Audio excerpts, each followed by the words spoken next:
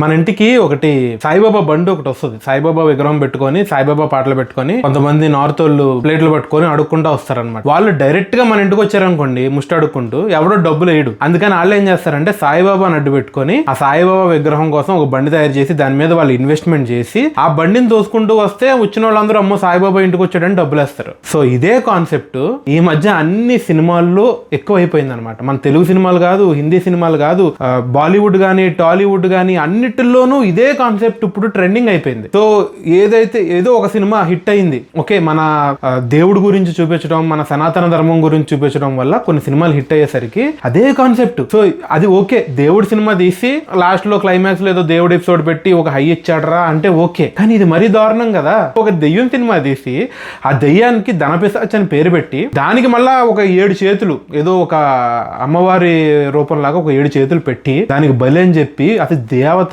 దెయ్యమా clarity లేకుండా ఒక దెయ్యం సినిమా తీసి లాస్ట్ లో సడన్ గా శివుడు ఎంట్రీ ఏఐలో, అది కూడా అంత శివుడు కూడా మనకి గ్రాఫిక్స్ చేసేంత టైం లేదు మన వాళ్ళకి, కొంచెం బిజీ కదా పాపం. సో డైరెక్ట్ గా శివుడు ఏఐలో ఎంట్రీ ఇచ్చేస్తాడు, నంది వచ్చేస్తాడు, చంపేస్తాడు, అయిపోయింది సినిమా. ఇది జటాధర మూవీ. మన రివ్యూ కనుక మీరు ఫస్ట్ టైం చూసినట్లయితే లైక్ చేయండి, షేర్ చేయండి, సబ్స్క్రైబ్ చేసుకోండి సినిమా పంచాంగంకి.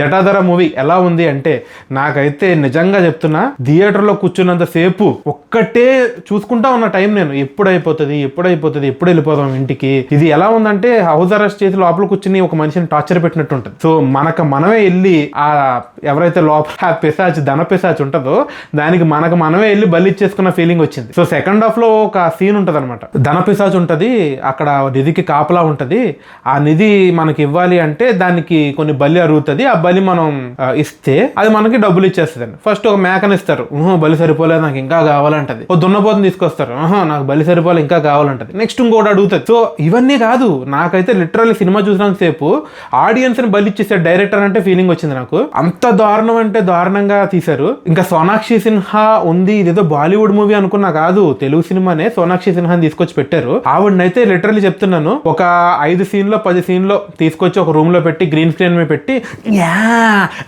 అని చెప్పి అరుచుకుంటా ఒకే ఎక్స్ప్రెషన్ తో నువ్వు కొన్నిసార్లు అరిసేయమ్మా, మేము రికార్డ్ చేసి దాన్ని ఇష్టం వచ్చినట్టు మార్చుకుంటా ఉన్నారు. నాకు తెలిసి ఒక 1-2 గంటల్లో తీసేసిన షూటింగ్ ని అదే ఎక్స్ప్రెషన్ అవే సీన్స్ రిపీట్ అవుతూనే ఉంటాయి.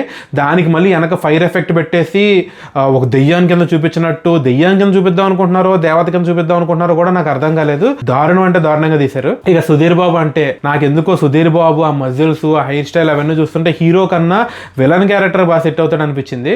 పైగా దానికి కొత్తగా ఒక నవదళపతి అని చెప్పి ఒక ఇది కూడా ఇచ్చారు, ఏంటంటారు దాన్ని, టైటిల్ కూడా ఇచ్చారు. సో టైటిల్ వేసేసుకుని అంత గొప్ప సినిమా ఏం కాదు, మీకు వస్తుంది, ఓకే మంచి యాక్టర్ ఉన్నాడు మీలో కూడా.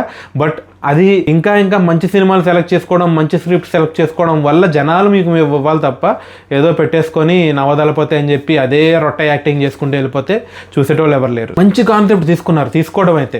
ఈ మధ్య అన్ని దెయ్యాల సినిమాలు కాన్సెప్ట్ లేక ఇంట్లో దెయ్యం ఉంటుంది, అక్కడికి వెళ్తే దెయ్యం చంపేస్తుంది, దాన్ని తృప్తిపరిస్తే మనల్ని వదిలేస్తుంది అనే కాన్సెప్ట్ కాకుండా కొత్త కాన్సెప్ట్ తీసుకున్నారు. ఏదో ఒక ఇదివరకు పూర్వకాలం డబ్బులు ఎక్కడ దాచుకోవాలో తెలియక రాజులందరూ ఒక దగ్గర పూడ్చి తవ్వేసి దాంట్లో దాచిపెట్టి దానికి రకరకాల మంత్రశక్తుల్ని కాపలా పెట్టారు. అలా ధనపిశాచ్ అనేది చాలా పవర్ఫుల్, అది చాలా చోట్ల ఉంటుంది. ఇంకో ఈ చోట కూడా ధనపిశాచ్ ఉంది, దాన్ని తీయడానికి కొంతమంది ట్రై చేస్తూ ఉంటారు. ఆ తీయడం క్రమంలో ఏం జరిగింది అసలు ఏంటి అనేది స్టోరీ. సో దీన్ని ఒక హారర్ ఎలిమెంట్ మిక్స్ చేసి మంచిగానే చూపించడానికి ట్రై చేశారు. సుధీర్ బాబు క్యారెక్టర్ బాగుంది. స్టార్టింగ్ ఒక 5 minutes 10 minutes ఆ మూవీ బిల్టప్ చూసుకోవడం కూడా మంచిగా అనిపించింది. ఓకే బాగానే తీసుకెళ్తున్నారు, సంథింగ్ ఏదో ఒక స్టోరీ చూపించబోతున్నారు అని అనుకున్నాం. బట్ ఇంక వెళ్ళేసి కొద్దీ జనాలు హింస పెట్టడం, ఎన్ని రకాలుగా హింస పెట్టాలో అన్ని రకాలుగా హింస పెట్టడం తప్ప సినిమాలో అయితే కంటెంట్ లేదు. అసలు సాంగ్స్ ఎందుకు వస్తాయో తెలియదు, ఆ సాంగ్స్ ఏంటో కూడా అర్థం కావు. ఐటమ్ సాంగ్స్ పెడతారు, ఏవో మళ్ళీ డ్యూయట్ సాంగ్స్ పెడతారు, ఒక ఆంటీని తీసుకొచ్చి హీరోయిన్ అని చెప్తారు, ఆవిడకి యాక్టింగ్ రాదు, ఆవిడ ఎందుకు వేశారో ఎక్కడా చూడలేదు నేను, ఎందుకు వేశారో కూడా తెలియదు. రకరకాల క్యారెక్టరైజేషన్స్ ఉంటాయి, ఎవరెవరో ఉంటారు, రాజీవ్ కనకాల ఉంటాడు, అన్ని ప్రతిదీ కూడా ప్రతి క్యారెక్టర్ యాక్ట్ చేస్తున్నారు అని మనకు క్లియర్గా అర్థమైపోతుంది. సినిమాలో ఇన్వాల్వ్ అవ్వలేము మనం ఎప్పటికీ. ఇంకా చెప్పాలంటే కొన్ని ఎమోషనల్ సీన్స్ వస్తాయి కదా, ఆ ఎమోషనల్ సీన్స్ వచ్చినప్పుడు సాధారణంగా ఏంటి మన రియాక్షన్, కళ్ళలో నీళ్ళు తిరగడము, ఎమోషనల్ ఫీల్ అవ్వడం ఉంటుంది కదా. మనకి ఎలా ఉంటుంది అంటే ఏడ్చేయి, ఫస్ట్ నువ్వు ఏడు చేస్తే మాకు టైం అయిపోతే మేము ఇంటికి వెళ్ళిపోతాం, అయిపోయింది ఆ సీను అన్నట్టు ఉంటుంది. సో అసలు ఎమోషనల్ సీన్స్ కనెక్ట్ అవ్వవు, అసలు హీరోయిన్ క్యారెక్టరైజేషన్ ఉండదు, హీరో క్యారెక్టరైజేషన్ ఉండదు. అసలు బ్యాక్గ్రౌండ్ మ్యూజిక్ అయితే ఎందుకు కొడుతున్నాడో ఆడికి తెలియదు. కొన్ని సీన్స్ అయితే నాకు తెలిసి కొన్ని ట్రాక్స్ పెట్టుకొని పక్కన వీళ్ళు ఈ సీన్ లో ఈ ట్రాక్ పెట్టేయాలి, ఈ సీన్ లో ఈ ట్రాక్ పెట్టేయాలి అని ర్యాండమ్ గా పెట్టుకుని వెళ్ళిపోయారు. సీన్ ఎమోషన్ కి బ్యాక్గ్రౌండ్ మ్యూజిక్ కి సంబంధం ఉండదు. ఇంకొక సీన్ ఉంటుంది, శ్రీమంతం జరుగుతూ ఉంటే ఇక్కడ థ్రిల్లర్ మ్యూజిక్ కొడుతూ ఉంటాడు వెనక. అరే నాకు అర్థం కాలే, నాకు అంటే ఏంటిది ఇంత నెగ్లిజెన్సీగా కూడా సినిమా తీయచ్చా అని అనిపించింది నాకు సినిమా చూసిన తర్వాత. Regular format, regular frames, regular scenes, regular dialogues. ఒక సీన్ వస్తుంది అంటే ఆ సీన్ యాక్షన్ అనగానే ఆ సీన్ మన ఎవరైతే యాక్టర్స్ ఉంటారో వాళ్ళు యాక్ట్ చేస్తారు కదా, అక్కడ నుంచి మనకు క్లియర్ గా అర్థమైపోతుంది డైరెక్టర్ ఏం చెప్పాడో, ఏ సినిమాలో నుంచి రెఫరెన్స్ తీసుకున్నాడో అన్ని తెలిసిపోతాయి. కొన్ని తీసుకున్నారండి ఘట్టాలు, ఆ అరుణాచలం టెంపుల్ ఒక ప్రత్యేకత, ఏదో లింగాలు ఉంటాయని అదొకటి, పద్మనాభ స్వామి టెంపుల్, మృత్యుంజయ స్టోరీ, శివుడు స్టోరీ అన్ని తీసేసుకొని ఒక 4-5 కంటెంట్లు రెడీ అయిపోయి మనకి.